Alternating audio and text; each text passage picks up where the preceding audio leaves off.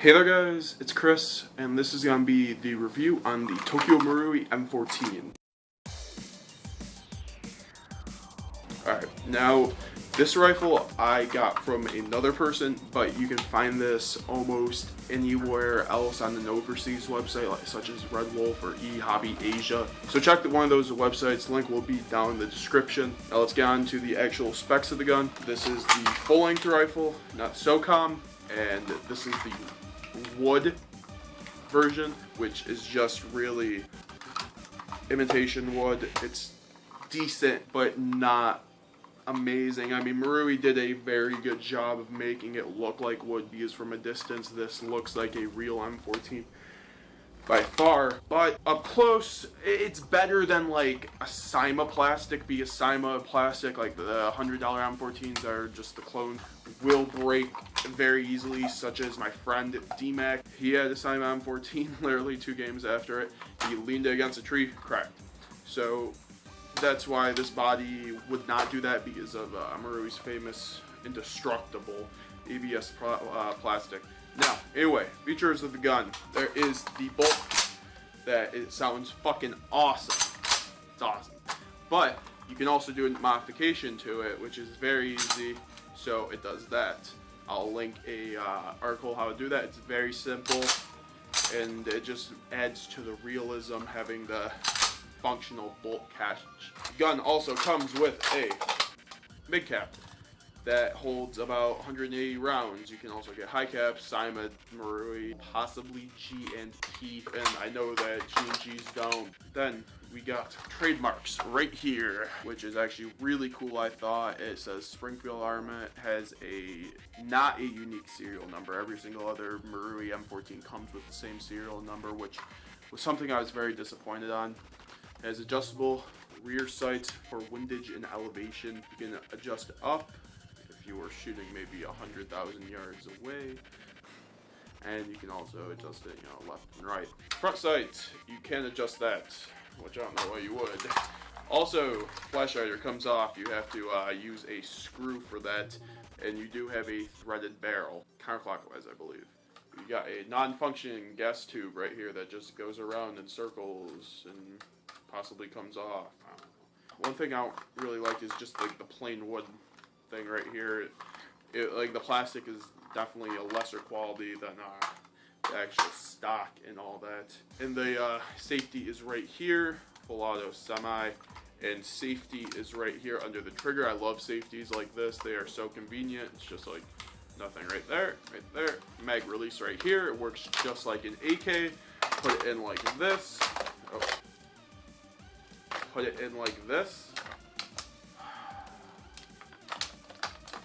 You get the point. Sling is right here. It's very nice.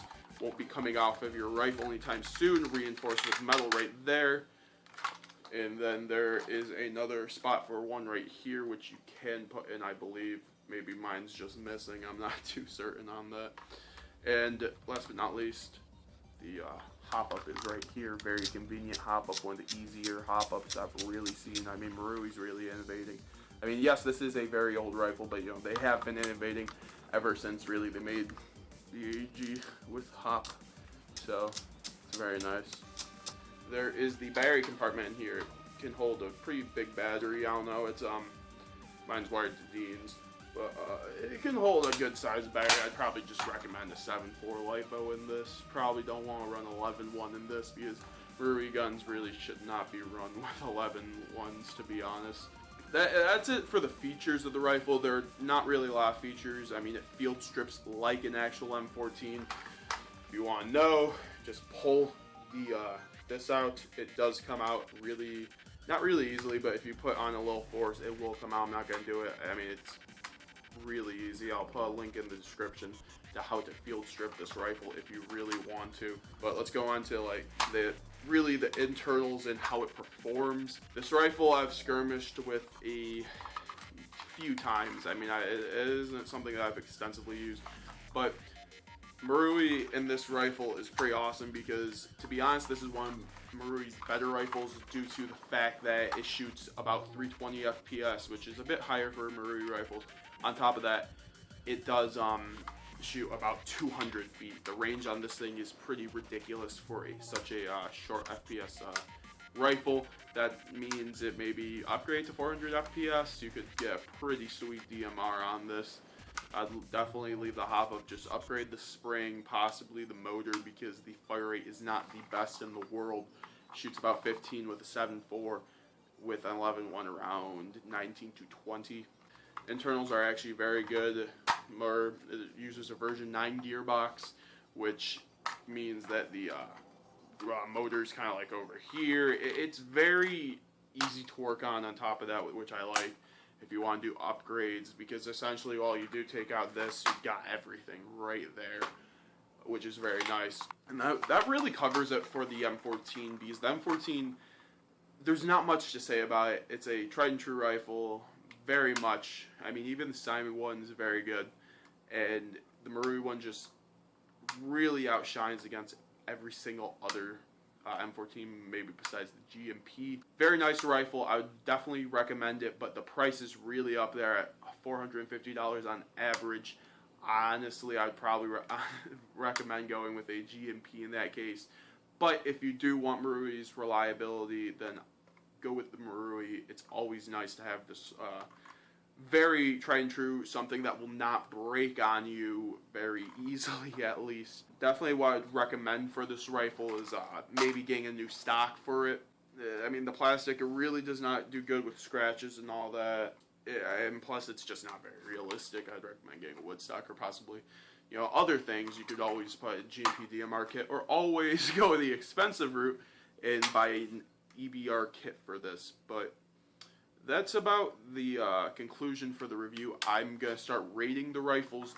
This rifle, I do give a 4 out of 5 because everything's immaculate on it except the externals. I mean, the steel, or not the steel, the metal on this is very nice. It's very, very, very nice with the engravings and such.